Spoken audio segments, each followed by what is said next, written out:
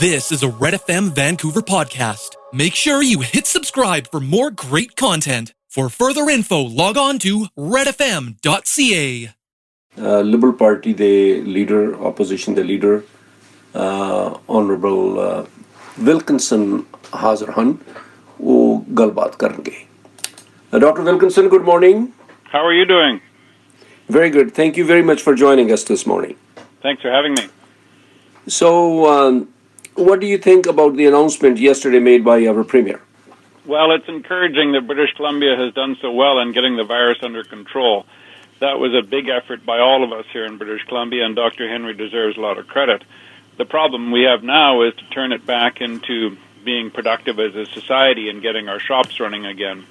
I think in the community, people know that it's very difficult to know what the rules are now. If you're running a sweet shop or a sari shop, what are you supposed to do? And what we've been hearing from the provincial government is that these different shops are supposed to make an application to a government body for approval for their plan. And we're saying, well, why don't you just tell people what they have to do, and then they will know what the rules are. So there's a lot of uncertainty out there in small business, and I think you know in the community especially, there are thousands of businesses that have run out of money. They just have had no income in the last 6 weeks, and they're very worried if they can keep going. They need the certainty to know when they can open and how they can open, and so we need rules. We don't need an application process. Mr. Wilkinson, you wrote an open letter to the Premier. Did he answer your letter, or has he adopted any part of your letter in this announcement? No, we suggested a 2 or 3 month break on provincial sales tax so that everything would be on sale for 2 or 3 months. Drop the hotel tax, the employer's health tax, a commercial rent relief plan. We've had no reply at all from the Premier or the NDP. Are you in favor of suspending the foreign buyers tax on properties in the meantime to give a kickstart to the economy? I would be careful about that because we don't know what's happening in our real estate market. It's been extremely slow sales. I think you know, the slowest since 1982. And that's understandable because everybody's been staying home. But we also have to be wary of the possibility that there could be a significant drop in prices. And if we drop the foreign buyers tax, we might find all kinds of our real estate being snapped up by people from abroad. So that has to be examined carefully. I think we need to think that over. So what do you think the BC economy would rebound quickly? It'll be a V recovery instead of a U recovery. You think that floodgates can open now? Well, we're very optimistic that the spirit of British Columbia and in the community will be strong and people will be keen to get back to normal and get on with their business and get back out into the retail world. But we've also got to build consumer confidence. It's not just being able to open the sweet shop, it's making sure the customers will come in the door. And we also have to worry that a lot of people have converted to online shopping during the last 6 weeks, and they may be slow to come back. So all of those very attractive businesses in the malls and the shopping plazas in Surrey, we have to worry if they're going to be empty for a while. So we need consumer confidence, and that's why we suggested that abolishing the sales tax for 2 or 3 months would increase people's enthusiasm to get out and enjoy life and get back into the swing of things.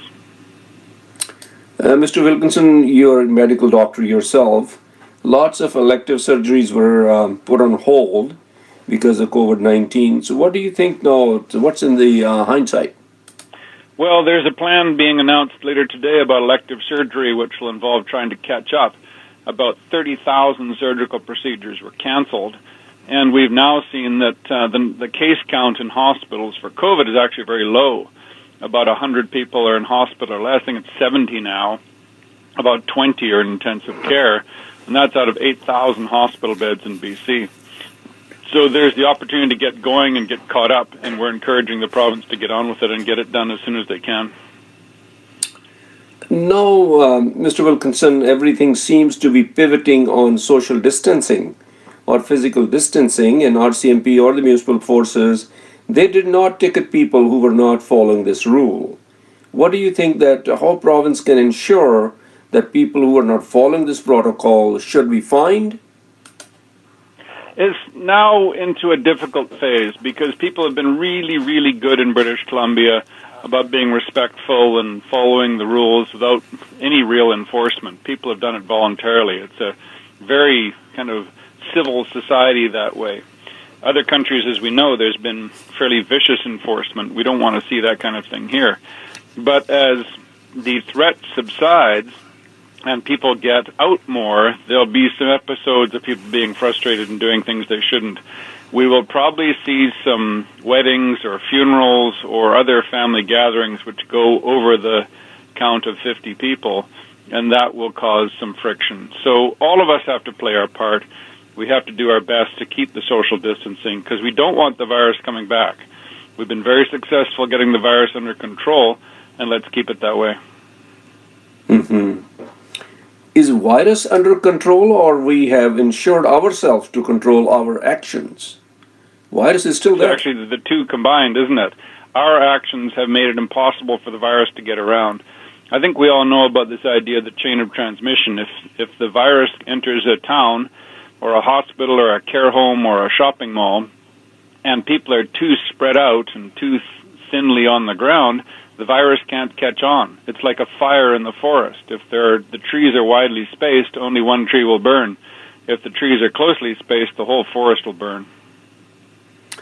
No, Mr. Wilkinson, unfortunately, sadly, thousands of people are dying in the United States and our neighboring country. One of the biggest concerns for BC residents is that the U.S. border, in the event it opens, or should BC put its foot down if the federal government tries to open it again?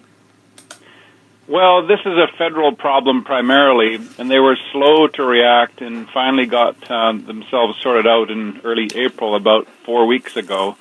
And the British Columbia government had to back that up with airport controls to make sure that people were getting the message about quarantine and social isolation. So I understand about 200 people are now in hotel rooms subject to compulsory isolation because they didn't have a plan when they came into Canada. Mm-hmm. That probably needs to continue because our single greatest threat, I think we know, as has been shown in places like Hong Kong and Singapore, the single greatest threat is that the virus gets imported by travelers coming back to Canada. So we have to be very careful about people returning to Canada. So, Mr. Wilkinson, anything you'd like to add on? Anything in the closing? Well, it's lovely weather, and it's a great place to live, but we are all very frustrated with the current state of the world and our daily lives.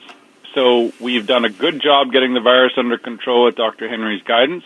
Now we need some clear direction from the provincial government how to get our commercial lives going, how to put our events together, how to socialize. And it's pretty vague right now, and it probably needs to be a lot clearer, and especially if you're in business. I mean, we think of all the strip malls in Surrey and the commercial centers. They're full of retail operations. Are they all supposed to stay closed until they know what their rules are? Tell them what the rules are so they can get it back into business. That's what we say the provincial government needs to do. Mr. Wilkinson, are you recruiting Dr. Henry for the next election in your party? You see her as a future health minister? Happy with the job she's got. Mm-hmm. Thank you. Thank you very much. Thanks for your time. All the very Thank best. You. And Bye-bye. To the community, please be careful, but let's get out and enjoy life too. Thank you. Mr. Wilkinson, ਜਿਹੜੇ ਕਿ Liberal Party ਦੇ leader ਹਨ, opposition ਦੇ leader ਨੇ, ਉਹ ਗੱਲਬਾਤ ਕਰ ਰਹੇ ਸਨ. Thank you for listening to another Red FM podcast. Don't forget to hit subscribe and check out our Red FM Canada YouTube channel. For further info, log on to our Red FM social media platforms or visit redfm.ca.